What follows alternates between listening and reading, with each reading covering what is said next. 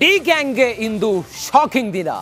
ಅತ್ತ ಕೋರ್ಟ್ 3 ದಿನ ನ್ಯಾಯಾಂಗ ಬಂಧನದ ಅವಧಿಯನ್ನ ವಿಸ್ತರಿಸಿ ಆದೇಶವನ್ನ ನೀಡಿದ್ರೆ, ಇತ್ತ ಚಾರ್ಜ್ ಶೀಟ್ ಪ್ರತಿ ಲಭ್ಯ ಆಗಿದೆ.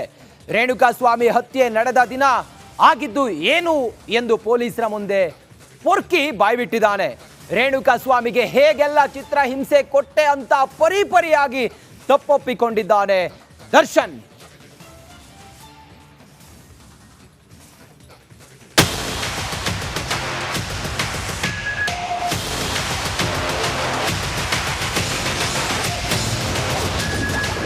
ನಾನೇನು ಮಾಡಿಲ್ಲ ಎಂದಿದ್ದ ಪೊರ್ಕಿ ಬಣ್ಣ ಬಯಲು. ಪೊಲೀಸರ ಮುಂದೆ ತಪ್ಪೊಪ್ಪಿಕೊಂಡ ನಟ ದರ್ಶನ್.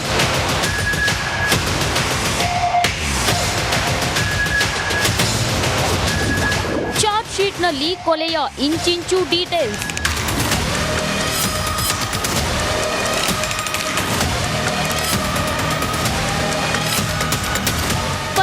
ಪಂಜರದಿಂದ ಬಳ್ಳಾರಿ ಬಂಧಿಖಾನೆಗೆ ಶಿಫ್ಟ್ ಆಗಿರೋ ಪೊರ್ಕಿಗೆ ಚಾರ್ಜ್ ಶೀಟ್ ದಿಗಿಲು ಹುಟ್ಟಿಸಿದೆ. ಬರೋಬ್ಬರಿ 3991 ಪುಟಗಳ ಚಾರ್ಜ್ ಶೀಟ್ನಲ್ಲಿ ರೇಣುಕಾಸ್ವಾಮಿ ಕೊಲೆಯ ಚಿಕ್ಕ ಮಾಹಿತಿಯನ್ನು ಕೂಡ ದಾಖಲಿಸಲಾಗಿದೆ. ಎಲ್ಲ ಸತ್ಯವನ್ನ ದಾದಾ ಖಾಕಿ ಮುಂದೆ ಕಕ್ಕಿದ್ದಾನೆ. ಪವಿತ್ರ ಗೌಡ ಜೊತೆ ಲಿವ್ ಇನ್ ರಿಲೇಶನ್ಶಿಪ್. ನಾನು ಹಾಗೂ ಪವಿತ್ರ ಗೌಡ ಕಳೆದ 10 ವರ್ಷಗಳಿಂದ ಲಿವಿಂಗ್ ಇನ್ ರಿಲೇಶನ್ಶಿಪ್ ನಲ್ಲಿದ್ದೇವೆ. RR ನಗರದ ನನ್ನ ಮನೆಯಿಂದ 1.5 ಕಿಲೋಮೀಟರ್ ದೂರದಲ್ಲಿ ಪವಿತ್ರ ಮನೆ ಇದೆ. ಈ ಮನೆ ಕೊಂಡ್ಕೊಳ್ಳೋದಕ್ಕೆ ನಾನೇ ಜೆಟ್ಲ್ಯಾಗ್ ಮಾಲೀಕ. ದಿವಂಗತ ಸೌಂದರ್ಯ ಜಗದೀಶ್ ಅವರಿಂದ 1,75,00,000 ಸಾಲ ಪಡೆದು ಪವಿತ್ರಾಗೆ ಕೊಟ್ಟಿದ್ದೆ. ರೇಣುಕಸ್ವಾಮಿ ಬಗ್ಗೆ ಹೇಳಿದ್ದು ಪವನ್ ನನ್ನ ಹಾಗೂ ಪವಿತ್ರ ಮನೆಯಲ್ಲಿ ಕೆಲಸ ಮಾಡ್ಕೊಂಡಿದ್ದ. ಶನಿವಾರ 8ನೇ ತಾರೀಕು ಮಧ್ಯಾಹ್ನ 3 ಗಂಟೆಗೆ ಪವನ್ ನನ್ನ ಬಳಿ ಬಂದು ಯಾರೋ ಪವಿತ್ರಾಗೆ ಮೆಸೇಜ್ ಮಾಡ್ತಾ ಇದ್ದ ಬಗ್ಗೆ ಹೇಳಿದ್ದ. ಗೌತಮ್ ಎಸ್ ಅನ್ನೋ ಐಡಿ ಮೂಲಕ ರೇಣುಕಸ್ವಾಮಿ ಎಂಬಾತ ಪವಿತ್ರಾಗೆ ಹಲವು ದಿನದಿಂದ ತನ್ನ ಖಾಸಗಿ ಅಂಗಾಂಗದ ಫೋಟೋಗಳು ಕಳಿಸ್ತಾ ಇದ್ದಾಗಿ ತಿಳಿಸಿದ್ದ. ಜೊತೆಗೆ ಪಟ್ಟಣಗೆರೆ ಪಾರ್ಕಿಂಗ್ ಶೆಡ್ನಲ್ಲಿ ಇಟ್ಟಿದ್ದಾರೆ ಅಂತ ಪವನ್ ಮಾಹಿತಿ ಕೊಟ್ಟಿದ್ದ. ರೇಣುಕಸ್ವಾಮಿಗೆ 2 ಬಾರಿ ಕಾಲಿನಿಂದ ಒದ್ದೆ. ನಾನು ರೇಣುಕಸ್ವಾಮಿಯನ್ನ ಈ ರೀತಿ ಕೆಟ್ಟದಾಗಿ ಬಾ ಅಂತ ಮೆಸೇಜ್ ಮಾಡಿದ್ದೀಯಲ್ಲ ಅಂತ ಕೇಳಿದೆ. ನಾ ಕೇಳಿದ ಪ್ರಶ್ನೆಗೆ ಆತ ಏನನ್ನೂ ಮಾತಾಡಲಿಲ್ಲ. ನಾನು ಕೈಯಿಂದ ಹೊಡೆದೆ, ಕಾಲಿಂದ ಎದೆ, ಕುತ್ತಿಗೆ, ತಲೆಗೆ ಬಲವಾಗಿ ಹೊಡೆದೆ. ಸಾಕ್ಷಿ ತಿರುಚಲು ಆಮಿಷವೊಡ್ಡಲು ಯತ್ನಿಸಿದ್ದೆ. ರೇಣುಕಸ್ವಾಮಿ ಕೊಲೆ ಬಳಿಕ ನಾನು ಜೂನ್ 9 ಸಂಜೆ 4ಕ್ಕೆ ಮೈಸೂರಿಗೆ ಶೂಟಿಂಗ್ಗೆ ಹೋಗಿದ್ದೆ. ಈ ಕೇಸ್ನ ಭೌತಿಕ ಸಾಕ್ಷಿಗಳನ್ನು ತಿರುಚಲು ಮುಂದಾಗಿದ್ದೆ.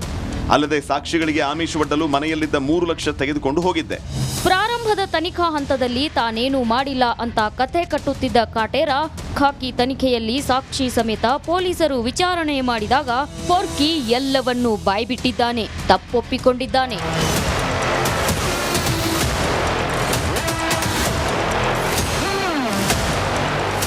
Nagaraj, crime bureau, Republic Kannada.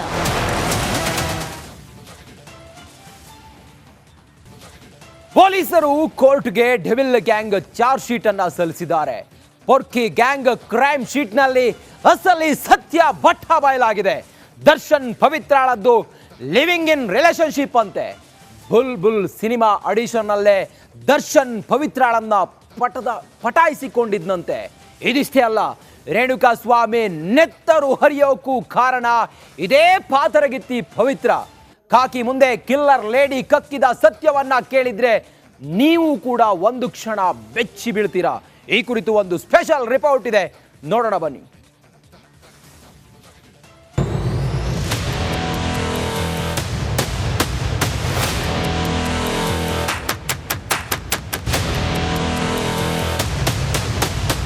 ಸ್ಫೋಟಕ ಸತ್ಯ. ಡೆವಿಲ್ ಕ್ರೈಮ್ ಶೀಟ್ನಲ್ಲಿ ಸ್ಫೋಟಕ ಸತ್ಯ ಹೊರಬಿದ್ದಿದೆ. ಈವರೆಗೂ ಯಾರಿಗೂ ಗೊತ್ತಿರದ ಅಸಲಿ ವಿಚಾರಗಳು ಒಂದೊಂದಾಗಿಯೇ ಬಯಲಾಗಿವೆ. ದರ್ಶನ್ ಪವಿತ್ರಾಗೂ ಸಂಬಂಧ ಏನು? ಇಬ್ಬರು ಪರಿಚಯ ಆಗಿದ್ದು ಹೇಗೆ? ಪೊರ್ಕಿನ ಪವಿ ಮೊದಲು ಮೀಟ್ ಮಾಡಿದ್ ಎಲ್ಲಿ? ಇಬ್ಬರು ಎಷ್ಟು ವರ್ಷದಿಂದ ಜೊತೆಗಿದ್ರು ಅನ್ನೋ ಇಂಚಿಂಚು ಮಾಹಿತಿ ಹೊರಬಿದ್ದಿದೆ.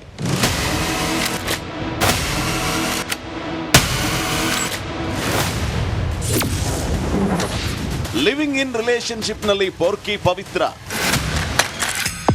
ಪೊಲೀಸರ ಮುಂದೆ ಕಿಲ್ಲರ್ ಲೇಡಿ ಪವಿತ್ರ ಎಲ್ಲವನ್ನೂ ಬಾಯ್ಬಿಟ್ಟಿದ್ದಾಳೆ.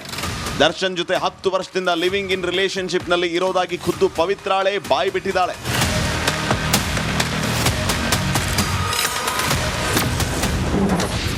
ನಮ್ಮದು ಲಿವಿಂಗ್ ಇನ್ ರಿಲೇಶನ್ಶಿಪ್. ನಾನು ನನ್ನ 13 ವರ್ಷದ ಮಗಳು ಖುಷಿ ಜೊತೆ ದರ್ಶನ್ ಜೊತೆಯಲ್ಲಿ ವಾಸವಾಗಿರ್ತೇನೆ. 2018ರಿಂದ ದರ್ಶನ್ ಜೊತೆ ವಾಸಿಸುತ್ತಿದ್ದೇನೆ.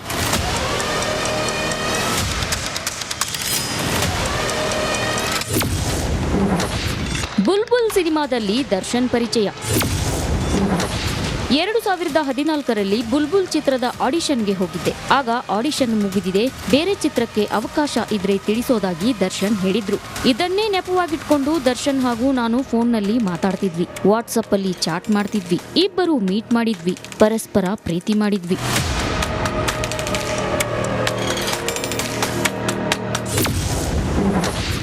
ದರ್ಶನ್ ನನಗಾಗಿ ಮನೆ ಖರೀದಿಸಿದ್ದಾರೆ. ದರ್ಶನ್ ವಿಜಯಲಕ್ಷ್ಮಿ ಜೊತೆ ಮದುವೆಯಾಗಿ ಮಗ ಇರೋದು ನನಗೆ ಗೊತ್ತಿತ್ತು. ನನ್ನ ಮನೆಗೆ ದರ್ಶನ್ ಬರ್ತಿದ್ರು. ನಾವು ಲಾಂಗ್ ಡ್ರೈವ್ ಕೂಡ ಹೋಗ್ತಿದ್ವಿ. 3 ವಾಸವಿರೋಕೆ ಅಂತ ದರ್ಶನ್ ನನ್ನ ಹೆಸರಲ್ಲೇ ಮನೆ ಖರೀದಿಸಿದ್ದಾರೆ. 2018ರಲ್ಲಿ ಗೃಹ ಪ್ರವೇಶ ಮಾಡಿ ಇಬ್ಬರೂ ವಾಸ ಮಾಡುತ್ತಿದ್ದೇವೆ.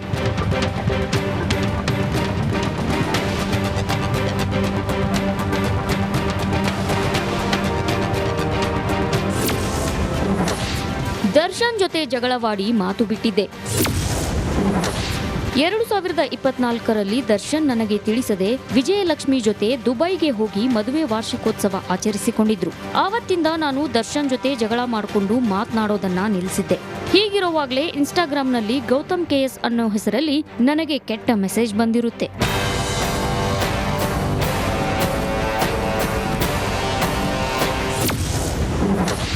ಬಳಿಕ ಕೆಟ್ಟ ಮೆಸೇಜ್ ಬಂದ ಬಗ್ಗೆ ನಾನು ಪವನ್ಗೆ ಹೇಳಿದ್ದೆ. ಆಗ ಪವನ್ ಆತನನ್ನ ಹುಡುಕಿಸಲು ಚಿತ್ರದುರ್ಗದ ದರ್ಶನ್ ಅಭಿಮಾನಿಗಳಿಗೆ ತಿಳಿಸಿದ್ದ. ಬಳಿಕ ದರ್ಶನ್ಗೂ ಕರೆ ಮಾಡಿ ತಿಳಿಸಿದ್ದ. 2024 ಜೂನ್ 8ರಂದು ಆತನನ್ನ ಅಪಹರಿಸಿಕೊಂಡು ಬಂದಿದ್ದಾಗಿ ನನಗೆ ತಿಳಿಸಿದ್ರು. ದರ್ಶನ್ ನನ್ನ ಬಳಿ ಬಂದು ಅವನಿಗೆ ಬುದ್ಧಿ ಕಲಿಸೋಣವಾ ಅಂತ ಕರೆದುಕೊಂಡು ಹೋದ್ರು.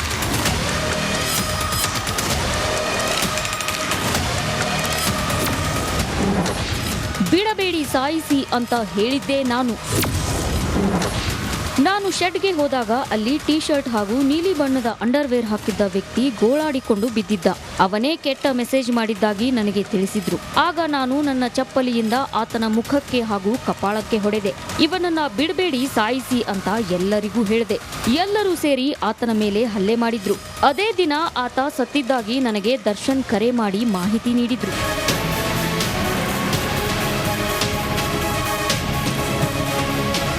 Nagaraj, crime bureau, Republic Kannada.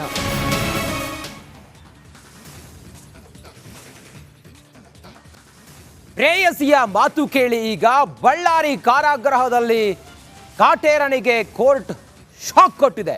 Central ಜೈಲಲ್ಲಿರೋ ಪೊರ್ಕಿಗೆ ನಿತ್ಯ ನರಕ ದರ್ಶನ ಆಗ್ತಾ ಇದೆ. ಇವತ್ತು ರಿಲೀಫ್ ಸಿಗುತ್ತೆ ಅಂದುಕೊಂಡಿದ್ದ ದಾಸನಿಗೆ ಮತ್ತೆ ಜೈಲೇ ಗತಿಯಾಗಿದೆ. ಈ ಕುರಿತು ಒಂದು ವರದಿ ಇದೆ, ನೋಡೋಣ ಬನ್ನಿ.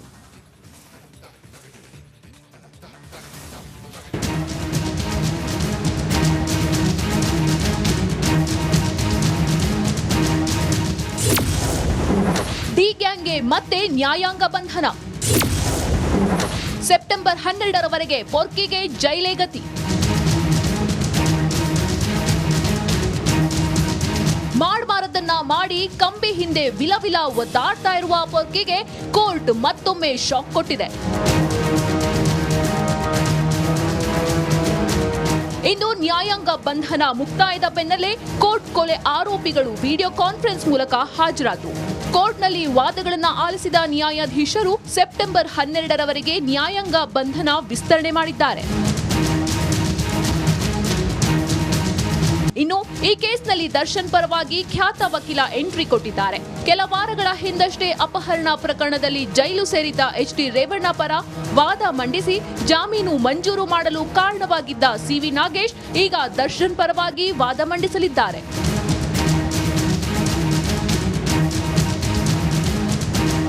ಇಂದು ದರ್ಶನ್ ಮನೆಯೂಟಕ್ಕೆ ಅರ್ಜಿ ಹಾಗೂ ಬೇಲ್ಗೆ ಅರ್ಜಿ ಹಾಕ್ತಾರೆ ಅಂತ ಹೇಳಲಾಗ್ತಿತ್ತು.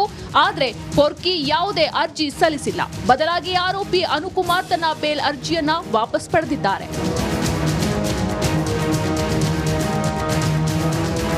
ಬಳ್ಳಾರಿ ಜೈಲಿನಲ್ಲಿ ಒದ್ದಾಡ್ತಿರುವ ಕಾಟೇರನಿಗೆ ಇಂದು ಕೋರ್ಟ್ ಶಾಕ್ ಕೊಟ್ಟಿದೆ.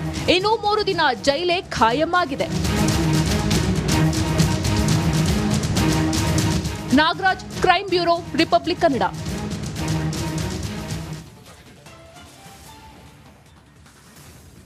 ಮಾರ್ಚ್ನಲ್ಲಿ ಪ್ರಶಾಂತವಾಗಿದ್ದ ಬೆಂಗಳೂರಿನಲ್ಲಿ ಶಂಕಿತ ಉಗ್ರರು ಬಾಲ ಬಿಚ್ಚಿದ್ರು.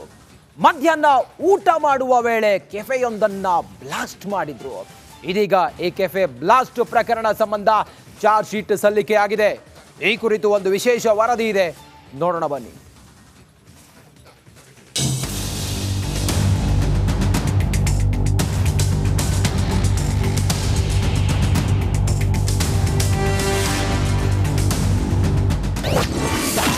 ಬೆಂಗಳೂರು ರಾಮೇಶ್ವರ ಕೆಫೆ ಬ್ಲಾಸ್ಟ್ಗೆ big twist.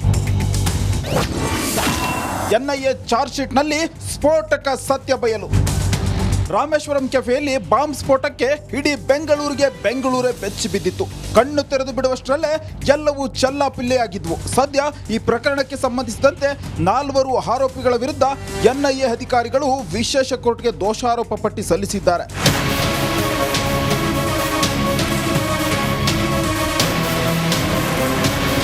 Cafe blast ಆರೋಪಿಗಳಾದ Abdul Mateen ತಾಹಾ, ಮುಸಾವಿರ್ Hussain, Shoaib Mirza ಸೇರಿ 4 ವಿರುದ್ಧ ದೋಷಾರೋಪ ಪಟ್ಟಿ ಸಲ್ಲಿಕೆ ಮಾಡಲಾಗಿದ್ದು, ಆರೋಪಿಗಳ ಒಳಸಂಚು ಕೂಡ ಬಯಲಾಗಿದೆ. 2024 ಜನವರಿ 22ರಂದು ಅಯೋಧ್ಯೆಯಲ್ಲಿ ನಡೆದಿದ್ದ ಬಾಲರಾಮನ ಪ್ರಾಣ ಪ್ರತಿಷ್ಠಾಪನೆ ಸಮಾರಂಭ ದಿನದಂದು ಕರ್ನಾಟಕದ ಬಿಜೆಪಿ ಕಚೇರಿ ಸ್ಫೋಟಗೊಳಿಸುವ ಪ್ಲಾನ್ ಮಾಡಿದ್ರಂತೆ.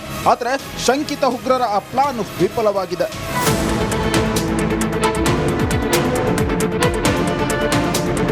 ಮಾರ್ಚ್ 1ರಂದು ನಡೆದಿದ್ದ ರಾಮೇಶ್ವರಂ ಕೆಫೆ ಬ್ಲಾಸ್ಟ್ ಪ್ರಕರಣ ತನಿಖೆ ಚುರುಕಾಗಿತ್ತು. ಟೋಪಿವಾಲನ ಬೆನ್ನತ್ತಿರುವ ಎನ್ಐಎ ದಿಕ್ಕಿನಲ್ಲೂ ತಲಾಶ್ ನಡೆಸಿದ್ರು. ತನಿಖೆ ವೇಳೆ ಮುಸಾವಿರ್ ಹುಸೇನ್ ಶಾಜಿಬ್ ಎಂಬಾತ ಬಾಂಬ್ ಬಿಟ್ಟಿರಬಹುದು. ಆತನಿಗೆ ಅಬ್ದುಲ್ ಮತೀನ್ ತಾಹಾ ಸಹಾಯ ಮಾಡಿರುವ ಶಂಕೆ ಕೂಡ ವ್ಯಕ್ತವಾಗಿತ್ತು. ಈ ಇಬ್ಬರು ಐಸಿಸ್ ಹಾಗೂ ಅಲ್ ಹಿಂದ್ ಗ್ರೂಪ್ನ ಶೋಷಿತ ಉಗ್ರರು. ಕ್ರಿಮಿಗಳ ಜೊತೆ ಇವರಿಗೆ ಕನೆಕ್ಷನ್ ಇರಬಹುದೆಂದು ಇಬ್ಬರನ್ನು ಎನ್ಐಎ ವಶಕ್ಕೆ ಪಡೆದಿತ್ತು.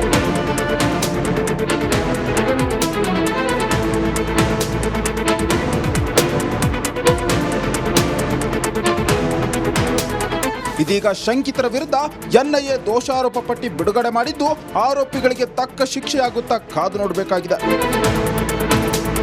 Nagaraju, crime bureau, Republic Kannada.